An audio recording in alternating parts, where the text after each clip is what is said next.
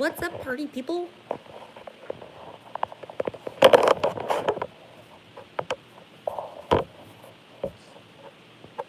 There's nobody here yet. I look green. I look like a lizard.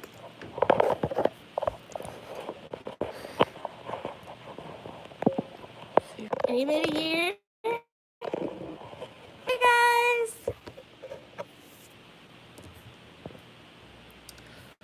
Sammy's joining. Settling in, settling in.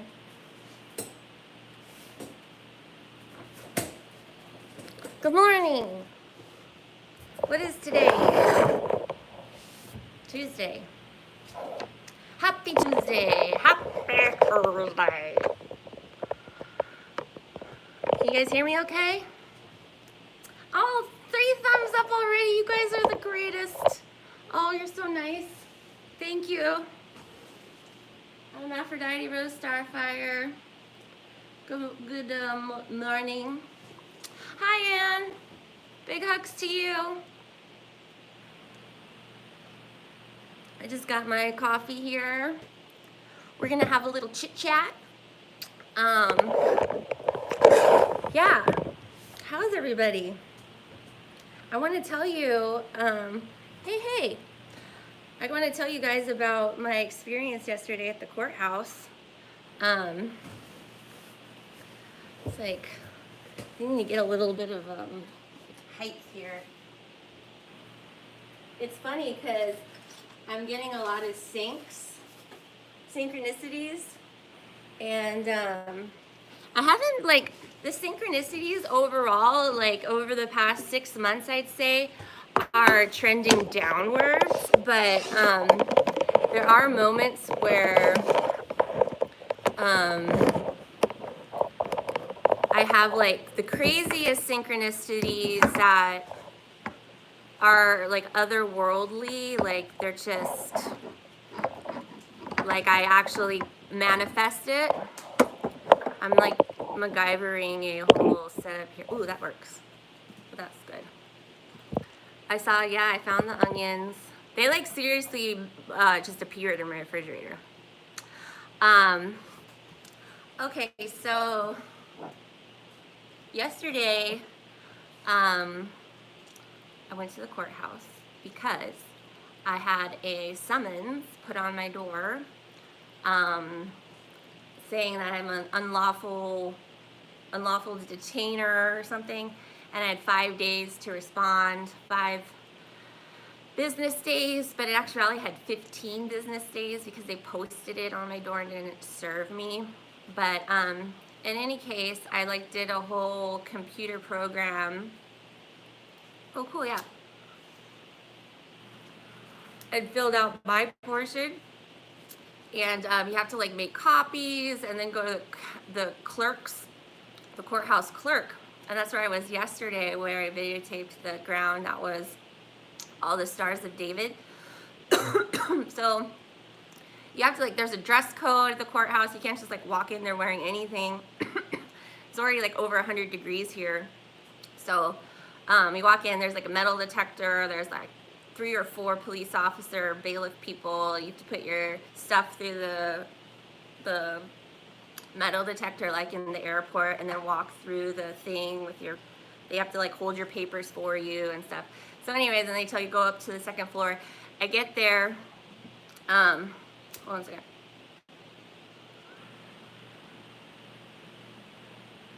This is tobacco.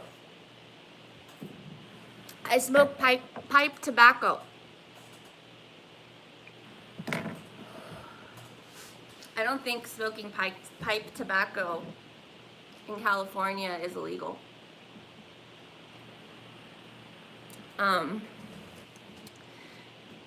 Yeah. No, I like to get the free leaf, like the free, yeah, see, I take one of these, and then I unroll it, and I put the tobacco in a pipe, and I smoke I smoke the pipe tobacco. It makes me feel like Lord of the Rings, like I'm Bilbo Baggins. Sometimes I feel like Gandalf. Most of the time I feel like Bilbo Baggins, but sometimes I feel like Gandalf. I feel like Gandalf with my pipe tobacco. This is premium North Carolina tobacco.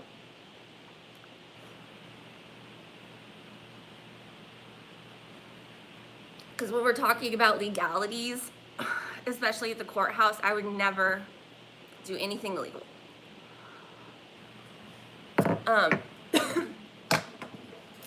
Yeah. So, yeah, and so me having a recognizable face also kind of comes into it, because the experience I had at the courthouse was what I related to the movie Beetlejuice, where they're dead, and then they finally figure it out, and then they go to like the waiting room in hell, and it's just like this boring waiting room, and like people are getting their numbers called, and there's like all this paperwork, and like that's what hell is, and they're just waiting, and like it's like a dirty like courthouse, like that's what it felt like. And then I watched part of Beetlejuice yesterday, and I look like Winona Ryder. So, like, oh my gosh. So you get to the second floor, and then you walk into the room for the clerk, and it's like you walk in, and it's like a ring of, you walk in, it's kind of like a bank with tellers, right? But it's from their desk, it's all the way glass. Like from their desk, like they're totally sealed off. So you walk in, there's this red ring on the ground, on the floor, and there's a sign that says walk to window 6. So window 6 isn't like right in front of you, it's kind of like off to the side, and you have to kind of count and see which one's 6. So you walk to 6, and so she's behind the glass, and then like the people behind the glass, they have their desks facing like the entryway to the clerk's office. But then behind them, there's like a whole like office space with other desks, and there's like people like working, and like there was like 2 like, I guess, young lawyer interns or something. They were 2 young men. They were like playing grab ass in the back. They were like play fighting. There was like, I felt like I saw like somebody like throwing paper. It was really weird. It was like this like rowdy office like happening behind the glass, behind the women that were doing like the clerk's duties. So I walk up to the window 6. She's like, what's your name? What are you here for? And I'm like, my name's Kimberly. I'm here for eviction. She's like, okay. She writes it down. She's like, go to window 2. Stand at the line. So there's like this red line on the ground, which is about like 3 feet in front of the window where the lady's sitting. So I stand at the line in front of window 1 or whatever, and wait for the lady to call me. Then she calls me, and then I step, I make 2 steps forward, and then there's like a little kind of desk to put your papers on, and she's just like super nasty, doesn't make eye contact. I hand her the papers. I don't even know what I'm doing. Like, I just filled out like the thing online that it recommends that you have to like click to link. Like, the self-help court system is not easy, and they don't make it easy. I had to use like some like Butte County, California website to get the actual paperwork to do the free PDF forms. So I'm handing it to her, and of course she's going through it. She's like, I've never seen this before. And I'm like, I don't know. And then she's like, this isn't COVID related. And I'm like, well, I actually believe it's COVID related, because she's discriminating against me, and I can't work due to COVID. And she's like, okay, well, so she had to like set a separate hearing to like hear if my issue's COVID related. And so, okay, so I'll get to the nitty gritty. I'm standing here. She's like going through the paper, because I'm just standing there. There was a man standing next to me doing his business. He leaves. He finished his business. Then another woman comes and stands next to me, and I recognize her immediately. It's a woman I worked with. And I knew, like, I always like run into people through, it's like every time I go to a big building, or if I go on vacation, it's like a life review for me. Like, I will get people from my past, just like right next to me. It's not even like I see them across the room. It's like they're just in my sphere of influence. Like, how is this possible? Like one time right before I left San Diego this last time, I was at Sunset Cliffs parked, and I was like going through old Instagram photos, and I was parked where everybody takes pictures, like all the tourists. And I looked to my side, up runs next to me past the car, like her husband is staying in the car with the car running because they're like running to the airport. I like know all this story because they're like talking as they run past my car window. It's one of my old bridesmaids, my old friend Victoria. She's pregnant and she's running across and taking a quick picture of the ocean before they have to get back on the plane to go back home. And it's like I'm sitting here and I'm like, how is it that they picked, of all the places to take a picture by the ocean, walk right past my car? Like, this is a woman that was in my wedding. We're not friends anymore. And she's pregnant running past my car. It's like, and I don't know, it's not like I'm gonna be like, hey, like, it's just this weird stuff that you can like, it's just, it's not really even that important to anybody but you. But anyway, so I'm standing there at the courthouse. I look over, there's my old coworker, Tanya. So Tanya was my medical assistant when I was working, doing chemotherapy and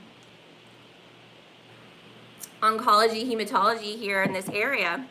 Why I moved here for this job, doing cancer treatment, and she was my medical assistant. So she was the woman that would room the patients for me and take their blood pressure and then come to my office and say like, hey, you have a patient in room 2, like, like this is their problem. Like, she would come report to me, and then I'd go and ask her to like, can you call in a prescription for my patient? Like, she was my helper for the day, my medical assistant. So I worked with this woman like all day long, like for a year. So I'm like standing there, and it's like you don't want to be recognized like in these places, like when you're doing official, usually you're not at court for like happy things.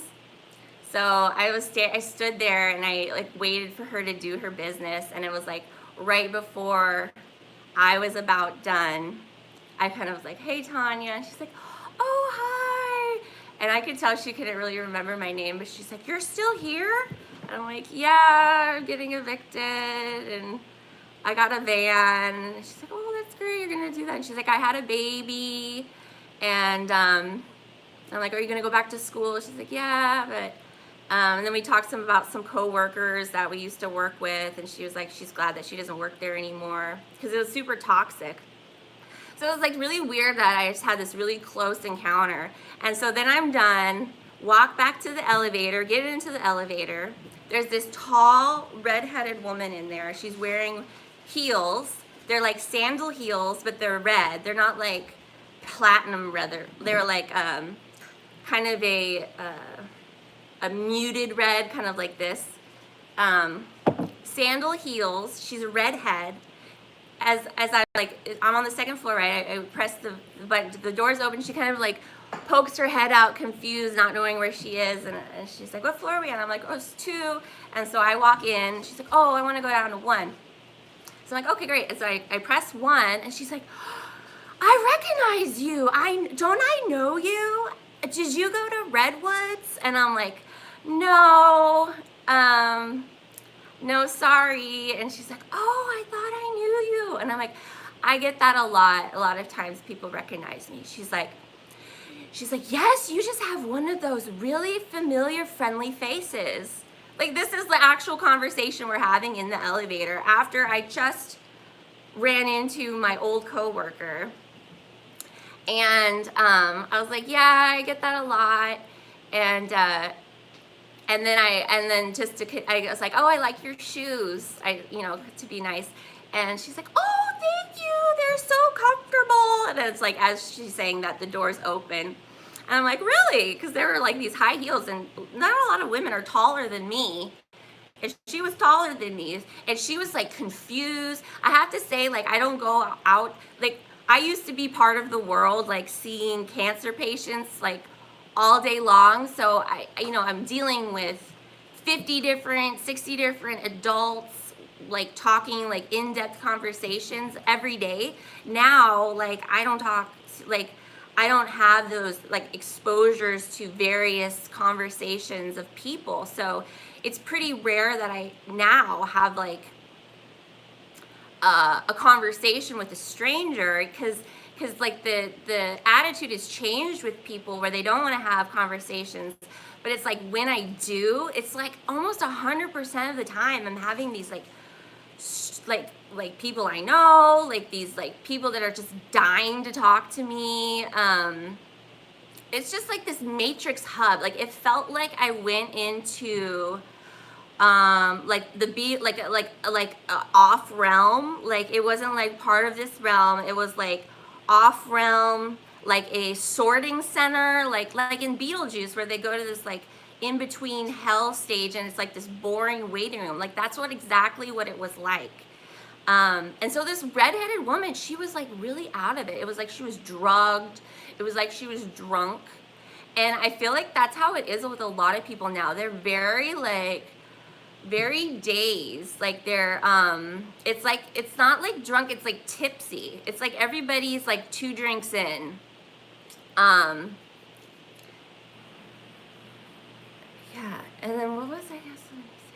Oh, and it also reminded me of the last time I was at a courthouse was when I was getting divorced, and same thing happened. And this was like the beginning of my awakening process, so I wasn't really like fully awake, but I was getting divorced and we were supposed to file together. I was going to file for both of us, and then I get served by him. So I was like, oh, I guess we're not doing this together anymore, because he had friends that went to law school, so they were like advising him, so you need to serve her. So he served me, but he didn't do it correctly because he didn't know what he was doing. So he ended up in court, and it was just like the regular proceeding. So we were sitting next to each other because we were cordial, like we were cool. And I had all my paperwork, and we're just like waiting to be heard by the judge. And it was like the way like they call in like 5 or like 8 cases like together, and then they go through them all together. So we were like waiting in the pews, or I don't know what you call them, and hearing other people's cases and waiting for our case to come up. And the case right before us, like he was sitting up there, and my ex was like, Kim, that's Eric Corman. I'm like, what? Like, yeah. So the guy that was right before us was because Tyler and I, we both went to the same high school and graduated we were in the same grade. We went to the same middle school and same high school. And so the case in front of us was Eric Corman. I'm Kurtz. He's Corman. So we walked together graduating high school. We walked side by side, and he was like the jock, kind of stupid jock, but he wasn't even popular. But anyways, he was there for a custody battle for his kid. And so my ex he's like, should we say hi? I'm like, no, like nobody wants to, like, he doesn't want to say, nobody wants to like hang out, like, we're here to get a divorce. Like he's here to like for a custody battle. This is not like high school reunion. But it's like that, like, like we just, why are you running into like people that are so, it's like this strange energy. And then what else? Oh, I also wanted to say that I thought, like, so I'm going through the kind of exact same thing Lauren Pritchard is right now. And it sucks because I really want to connect with her. And I mean, I don't blame her if she never wants to like be my friend and stuff, after she probably thinks I've like, burned that bridge on my end of posting, YouTube videos about her and stuff, which I understand, like I get that. But I do want to like connect with her and stuff, because she's going through the eviction process as well. And it's very interesting because like she's allowed to do the whole Zoom thing, like in Texas, Austin, Texas. Seems like everybody can do Zoom now except me. Like I can't do Zoom on federal court. I can't, nobody like do Zoom on local county superior court. Like there's no Zoom option. There's no virtual option for me, but I guess everybody else can show up like and do court virtually. But I have to show up, which is like a huge expense too, because now I have this other court hearing to determine my financial distress due to COVID or something, and that's in like on the 23rd, I think. So, but like, it's expensive to drive. It was like, you know, quarter tank was just $20. So it's not cheap just to like drive somewhere and stay at the courthouse for half of the day. But yeah, so Lauren Pritchard's going through the same eviction process with her landlord, and I guess they had a hearing today, and she didn't get the Zoom link. But yeah, like I'm just kind of prolonging the process to buy some time. But oh, that was the thing, is that I was just like, I just was looking, like I just turned on my phone in the morning and I was watching something, and you know, like if you make the screen small, like you make it long ways, and there's like the suggestions underneath, like other videos, and your video's still playing at the top. I was scrolling through that, and one of them was the movie Going South with Jack Nicholson. And it's like a picture of Jack Nicholson, and there's like a noose, like to hang you. He's like looking through the noose of the rope. That's the thumbnail, and the movie's Going South. And I guess it looks like it was maybe from the late 70s. I had never heard of this Jack Nicholson movie. I had never seen like images from it. So I was like, wow, like a Jack Nicholson movie I've never heard of, Going South. So I click on it to like have it watch a little bit, so it's in my history, so I go back and watch it later, because sometimes like I'll have a hard time finding the links or whatever. So like because I want to watch this movie later. Then I click on to Lauren Pritchard's stream about her and her eviction process, and she's talking about how she's like, going south, haha, going south, because that's the name of my apartment complex, is Going South. I'm like, what the fuck? That's really weird. Okay, let's read your comments. Every song will be about getting offended. It's gonna be the name of my ex. Beetlejuice. James once had a meth pipe in his hand during a live stream. Oh, yeah. You're a recognizable celebrity. That's the thing too, is that before my awakening, I would get recognized constantly. And it's weird to say you get recognized, but people will come up to me and say, do I know you? Or did you go to this school? Or are you from this town? And I'd be like, oh, sorry. Like, happened to me all the time. Like when I would go on vacation, it would be at least once a day, somebody would come up to me and say I look familiar, or if they recognize me. That's the term, is recognize me. And I think that has to do with the DNA, and that was part of why I did Blood Over Intent, because I know for a fact my DNA is being used to create celebrities, and I think that's why I look like a lot of celebrities. But my DNA from both my mom and my dad is like some kind of crazy like stock, and is used to create beings.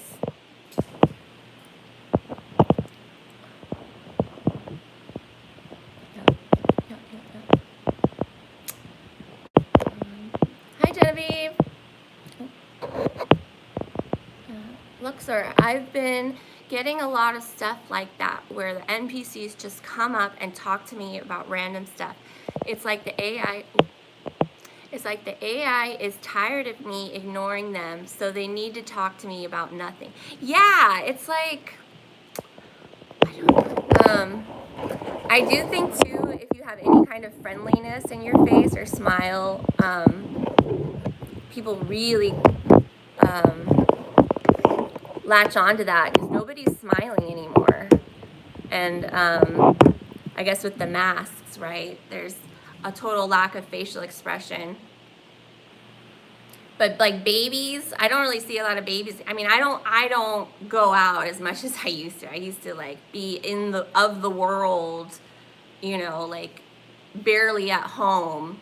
But now it's the opposite. But like when I do go out and see babies, like babies have always been very drawn to my face and want to like make communication with me, and I really like that. Same with old people, like people that are into like even in like vegetative states and stuff, they'll like see my face and want to, I don't know, maybe it's the position of my eyes, like kind of big eyes, or it's like kind of like an alien or something, like an owl or like an animal. I don't know what it is, but babies have been really hungry. Like I don't see a lot of babies or children anymore, but they're very hungry for eye contact with strangers.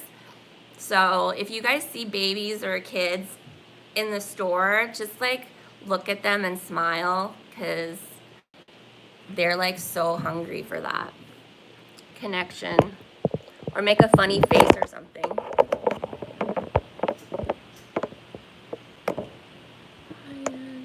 Hi, Dick. I can't go to a restaurant without a woman thinking I'm Michael Keaton. That's awesome. Red Dawn, hey. My bathroom has black mold because the upstairs neighbor's toilet leaked and it ruined the ceiling. The manager is so rude to me and is trying to find a reason to evict me. Oh my gosh. So they're not even fixing it at all? Yeah, that's the thing too. Like, hi Danny. Yeah, my landlord is, she raised the rent like a couple different times during COVID. And, you know, I'm seeing all these people moving out, and every time somebody moves out, they like take the carpet out and they replace the appliances.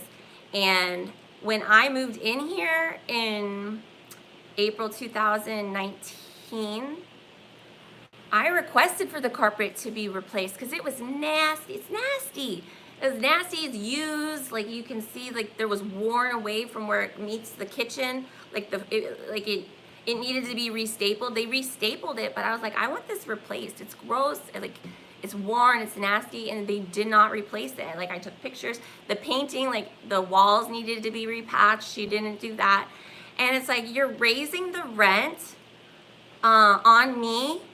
And so you're charging me what you're charging brand new people moving into a redone, remodeled apartment with brand new carpet, brand new appliances, and we're gonna pay the same? I don't think so. Like, it doesn't work like that, especially, you didn't even change the carpet the first time, so I just have to like depreciate with like 2 burners on the stove, on a 4-stove burner, like the toilet's broken, you know, I have to like go inside and like flush it myself. Like the washing machine like goes off its hinges after like every, like if you have like a towel in there, it'll start like going and you have to stop it and like redistribute the, like all of these appliances were done in 1994. So but they can keep raising the rent. Like,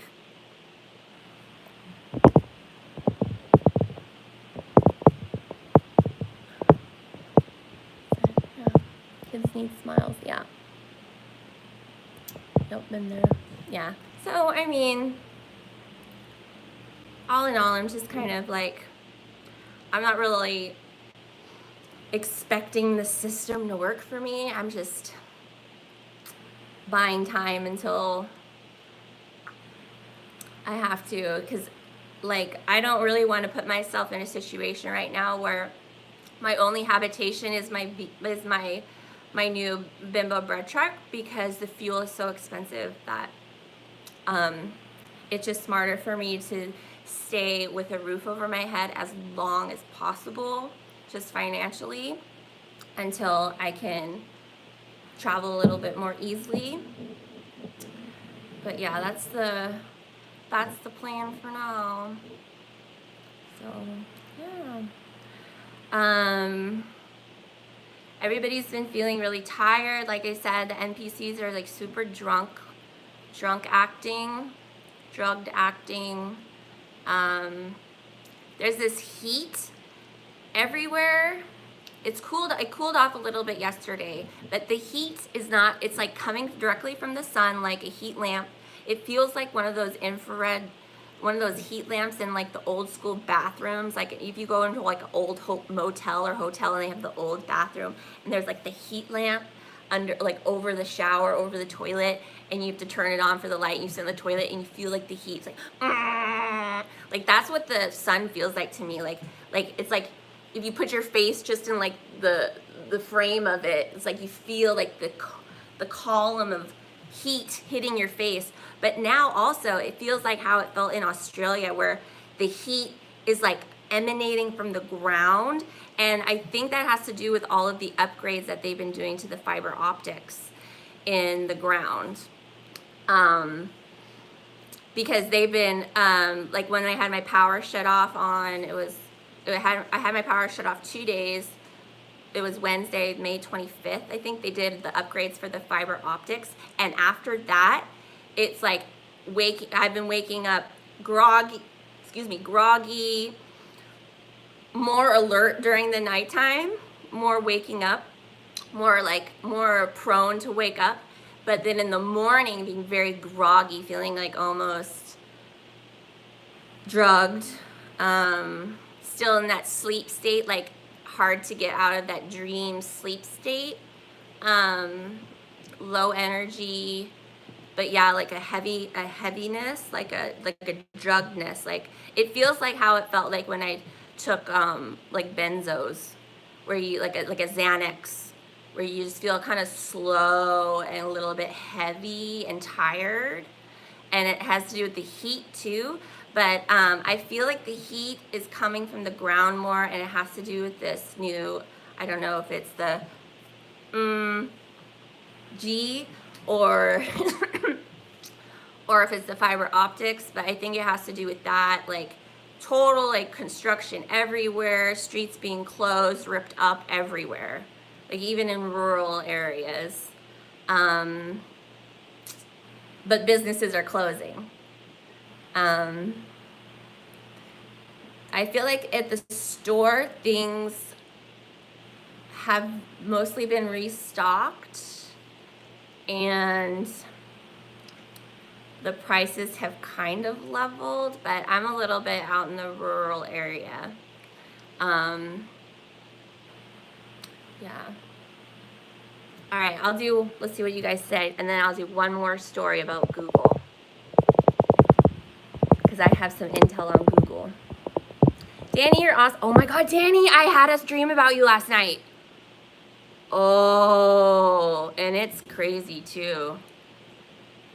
I don't know if it's something I want to share with everybody. Danny, I had a dream. We were in a dream together last night. Wow. I just remembered it now. And it might have been a hijacked dream. Oh, yeah. It was intense. It was good though. It was good, but it was intense. I love it. I need the heat upgrade. It's gonna be like Wreck-It Ralph. People have been glitching. Yeah, people have been totally glitching. Invasion of the body. Yep. Yeah. Sun is overbearing and unloving. Yeah. Major bridge. Yeah, the Yellowstones. What's with that? You know, they were like, oh, it's gonna be the volcano. It's the volcano, but it's this hail that falls down, right? They have the seeded geoengineering. What do you call it? It's not a nidus. It's like a germ seed, and then the ice builds around it, and then you get this big ice ball, and then finally it falls, and when it falls, it immediately melts. So instead of like a drip of a raindrop, it's like this huge blob of water that immediately melts, and the ground can't absorb all of that water at once, all of those balls of ice melting at the same time, and they get flash floods. But it definitely seems like the borders are going up. I don't know. Yeah, what do you guys think about this? Yeah. 7 brides for 7 brothers. Yeah.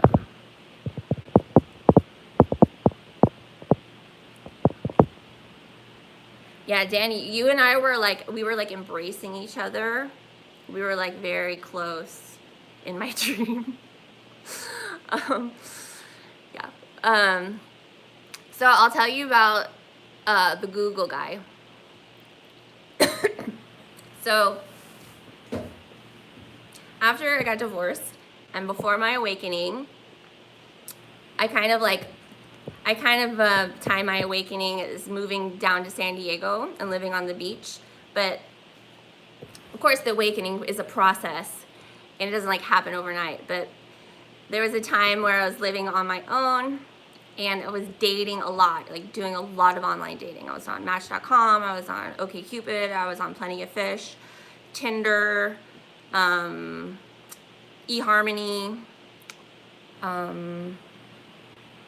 like Zoosk, Happen. I was like, I didn't like the B one that was like female centered. Anyways, I was like on all the dating websites, and I was going on lots of dates, and like in the beginning after my divorce, I was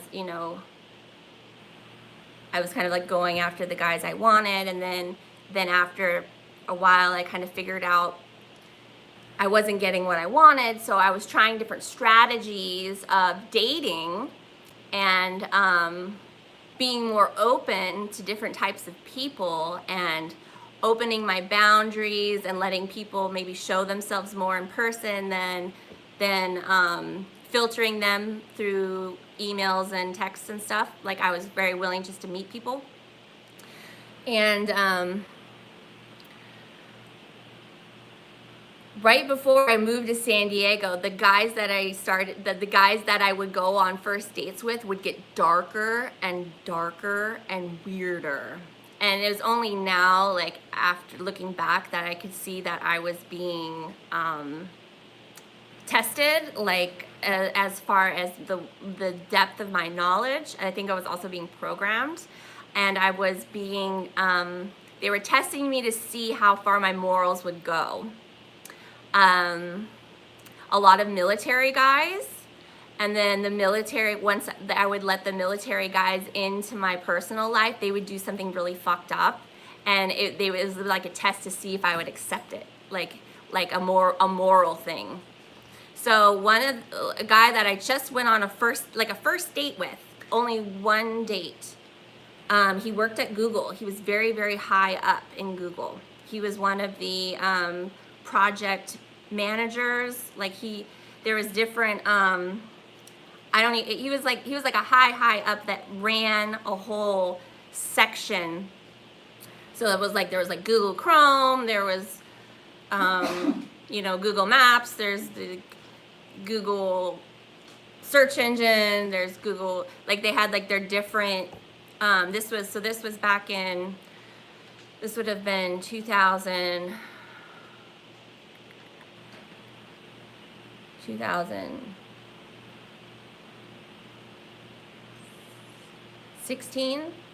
It might have been early 2017. He lived in like around the Google headquarters, and he drove to come meet me in Walnut Creek on the East Bay for our first date, and we had only like briefly texted, exchanged emails, and seen photos. And so I knew he was like a wealthy person. He shows up, he's in a black t-shirt, like black jeans, and it was like a 4 in the afternoon date, like a happy hour date. So it was daytime, and we were sitting outside, and he starts talking about himself.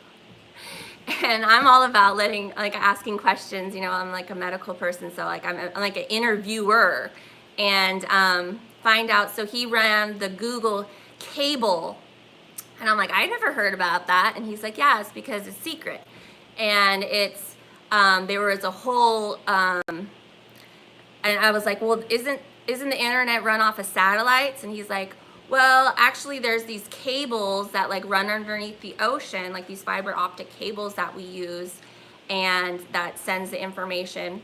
And he's like, they were starting a new cable system in the Bay Area and like laying down new pathways of cable underground, between like San Jose and like, I think Walnut Creek, Concord area. And they were laying a new pathway of cable. And he said that it wasn't supposed to be known, like it wasn't like a publicized thing. And it's like, now I kind of know now it's because people believe that the internet's run off of satellites when it's not. But anyway, so then he starts talking about, this is our first date. He starts talking about his ex-girlfriend and how he misses his ex-girlfriend, and that how his ex-girlfriend was a stripper, and how she had a 4-year-old daughter, and how he just had adopted, he had dated this woman for like maybe 18 months, and I'm like kind of sitting here like with my drink, and I'm just like, like, you know, big no talking about your exes on a first date. So he's like, oh yeah, and it really bothered me that she was a stripper and that, you know, she had other men, you know, looking at her, but I just loved her daughter so much, and her daughter was so beautiful. She was like a little angel, and I basically adopted this little girl, and I would bring her, every time I saw them, I would bring her presents, and I like bought her this. He was like telling me about the presents he brought, that he bought this little girl and stuff, and I'm just like, this is weird. And then he was like asking me if I think it's weird that if he should still try to have a relationship with this little girl even though he's not dating the mother anymore. And like he feels bad that he like got into this girl's life as a father figure, and now, you know, he can't be in her life anymore. And I'm just like on it, like red flag, red flag, red flag. Like, so like at this point, I think I'm just kind of like, you know, like sitting down having a drink with somebody, like I have absolutely no romantic interest in this person. You know, we end the date, I think, you know, like, oh, we'll give each other a call or whatever. And then like it was pretty, like, there was always this dance back then of like how soon a guy would text you back after like a date, and like, you know, the kind of these games of like, is it right away or is it 3 days, you know, like playing these like, oh, you know, I like you, but I don't want to show you I like you that much or whatever. I think it was kind of like the next day he texts me kind of like, oh, I had fun on our date or something, and I was like, yeah, and then like a day after, I get this random text message in the middle of the night, and it says, do you like Satan? And this was before I ever was like getting into the meaning of Satan and the devil, and like on that level, like in my awakening process. It was just like nobody around me would talk about Satan or the devil, or like if somebody brought it up, it'd kind of be, it was like at 2 a.m. It was like, do you like Satan or something? And it freaked me out. Like freaked me out. And I'm like, I think I responded, like what? And then he's like, haha, I'm just joking. And then that was the end. I didn't communicate with him at all after that. But yeah, he was a high up in Google, and super weird, and he wanted to know if I was okay with him liking Satan and having relationships with little girls.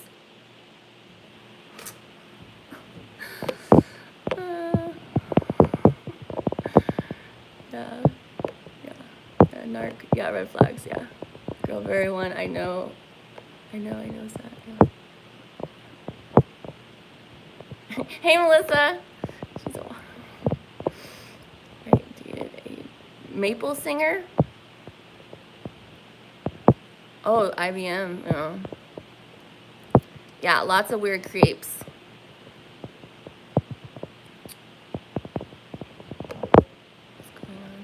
I think the only way to have a joyful romantic relationship is to be really good at lying to yourself.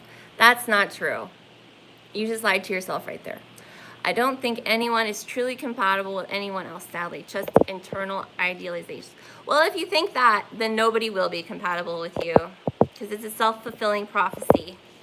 You have to believe that there's somebody out there for you, for there to be somebody out there for you. And sorry to say, but you have to change to be with people. Like, you have to change just as much as they have to change. It's not like a one-way street.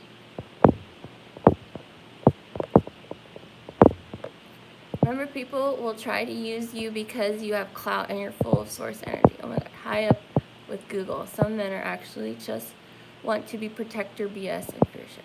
Wire lower shit. They like kids. I know he's out there, but I have to change. They like their women like. Yeah, it was like he was telling me he was dating the stripper. He actually kind of did tell me he was dating the woman just to have access to the little girl. Like, that's, and the fact that, like, I kind of had this weird, what do you call it, cognitive dissonance after that, because it's like I had this, you know, I'm like, you know, like a high medical professional dealing with, I was like, you know, in San Francisco treating, you know, fancy people and stuff. It's like, how could you get to a high up? And I knew he was a real Google person because he like knew what he was talking about. And he was like telling me about the politics. He was like having fights with other like other people in the company, and he was like telling me about this. But it's like, how do you get this far and just like talk about all your shit on a first date with somebody? But there is something about me that people trust. Like they will just tell me secrets, and they'll actually in the same breath say, I've never told this to anybody, but I feel like I can tell you. So I don't know, like, was it just a program? But it's very odd that he felt so comfortable to tell me all of that. And then, yeah, and then it was like 2 days later, he just texted me, do you like Satan? And I was just like I thought it was like it was like from him, like, is he, like, and then like, is he drunk? But like he's a Satanist. And we're known a poor, like maybe the poor ones exist, but it's always, yeah, that's a good point, Genevieve. Yeah, bisexual, yeah. Yeah. Yeah. Right. Yeah. Well, I'm a physician assistant, so it's like a nurse practitioner. Oh, that was another thing I thought was funny. Is so I grew up with like a kissing cousin. I have a cousin, Michael. And my mom and my aunt, Melissa, I have an Aunt Melissa who is my dad's sister. So my Aunt Melissa and my mom were pregnant together at the same time with their first babies. So they both had their pregnancies together, and they lived like kind of next door to each other in, you know, Vista, California, Oceanside, California. And so they were like best friend, pregnant friends, and then both had babies. I was born first, December 18th, and then Michael, my cousin, was born January 17th. So we're like exactly a month apart. And so we were babies together. We were really, really close. Michael, me, Kimberly, and Michael, and my cousin Michael. And then we moved away from San Diego like when I was 3 years old. So I was like my family separated from the extended family like when I was 3 years old, because that's like such a great idea to like just remove yourself from all of the extended family and everything. But every time I would visit my cousins, like Michael and I would always be compared. We would always be back-to-back measured. Like we'd always be like, who had more straight A's? Like who had more A's? Like who's doing better? Who can run faster? Like we were always like being compared and competed, whatever. Of course, we both end up in the medical profession.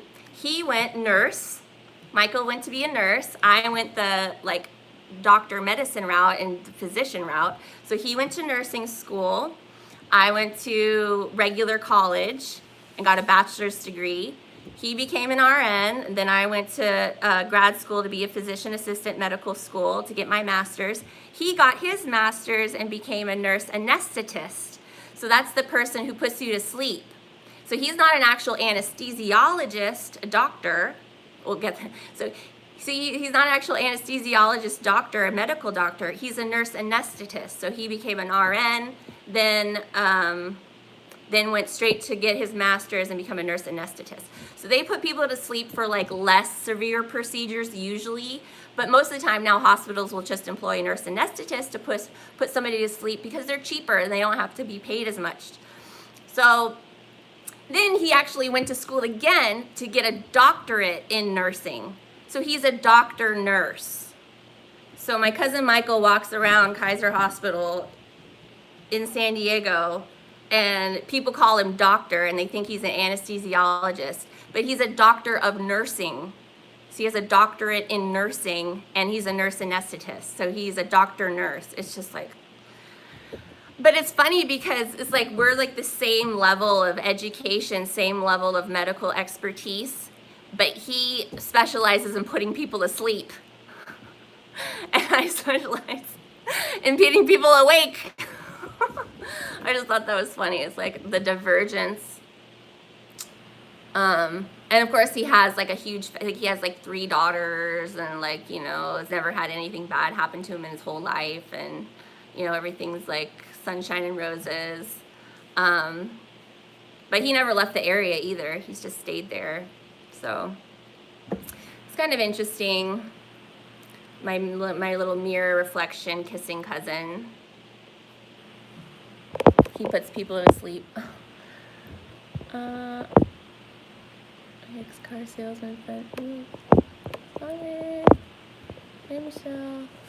All right, guys. So, I'm kind of debating on starting a whole new van life channel. Frank from the NPC show tells me I should. It makes sense. It's so hard because it's like my channel right now is so close to getting monetized, and then like to put all my van life content on a brand new channel starting from scratch, it's like such this big gamble of the, you know, but he's telling me there's not even a chance that my regular channel can be monetized anyways because of all of my videos and controversial things. So I don't know. It's hard. I think a new van life channel would grow really fast because it would be van life and a different subject. But like my backup channel, even though I promote it a lot, the Alchemy channel, it's only like 10%. Hi, Emily. How are you? I didn't know you can get onto these streams. Oh, good. Nice to see you. My little sister's in the live stream. I didn't know you could watch, yeah, don't tell mom. No, that's awesome. I didn't know you. Oh, Emily, can you watch my channel? You can get this channel monetized, but you'll have to delete those videos. They don't. Yeah, I know. That's what you're saying. It's just hard because you can watch my other videos, Emily. Oh, cool. That's so awesome. I'm so happy to know that you can watch it. I thought that I was gonna have to wait till you're 18 years old or something for you to watch my videos. Oh, that's so great. Oh, I love you so much. Yeah, so, Miss Emily, woo, woo. Yeah, my backup channel, Alchemy, is only like 115 subs, and, you know, my main channel is now 1.5, which is really awesome. Oh, I love you too. So, it's like, even though I promote it, it doesn't grow. So I'm kind of, I have this worry that a new van life channel will just stay low. But by the way, Sherelle was telling you in the comment section that you can create an Odyssey account and mirror your YouTube to it. Yeah, the only thing is Odyssey, I don't have Wi-Fi. I just use my signal on my phone to upload. So that's why I'm talking about, like, I have to go to the library a lot of times when I like want to upload to my Patreon, because you have to do it through Vimeo. So like if I like creating a new channel and stuff like that, I'll probably have to go to the library. Odyssey, like me just playing videos on Odyssey in my house, it doesn't work well. Like even it'll play like 3 minutes of somebody's video and then start buffering. So I don't think Odyssey is a really good option for me, because I don't have a good data system to just move videos. Like it takes a long time for me to upload through my phone and stuff. So yeah, it'd be different if I had a whole desktop situation, Wi-Fi. But I probably will just do a van life channel and get that started today or tomorrow. Yeah. We'll see. Yeah, and Sherelle looks like she's open. I want everybody to know I'm not ignoring you. I'm. You guys are all on my mind. I have lots of emails to get back to. Thank yous. Thank you to Maggie. Thank you, Genevieve. Thank you, Danny. Thank you, Melissa. Melissa, I love you. Who else? There's a lot of people I need to get back to. Oh, Cody. Thank you. Tara and Tara. Thank you. Thank you. I have emails that I need to get back to and comments. And I've seen that Sherelle might be open to having like a video chat with me or something. So that would be pretty cool. And we could hear what she has to say about things. So yeah, lots of fun things happening. Average watch percentage is the most important stat for your video. Like how long they watch it. What is the click-through rate? Is the click-through rate like how much they click, like fast forward? I need your email. I have a drawing I never sent you yet. Okay. I will comment you in my email address. Yeah.